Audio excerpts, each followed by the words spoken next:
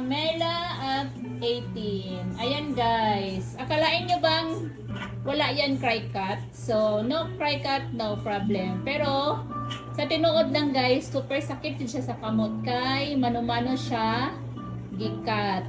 And, ayan siya guys. Photo paper lang siya.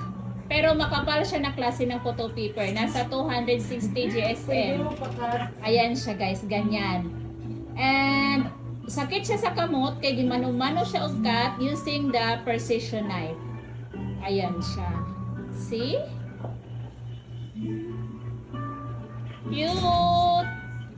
Kabit na natin. Woo! Di pala dyan. Dito pala. Ayan. Ikabit na natin guys. Yung harapan ito. Ganyan. At ayan na nga guys. Diba? Super ganda niya tingnan. So akalain mo bang mano-mano ko lang talaga yan siya ginawa.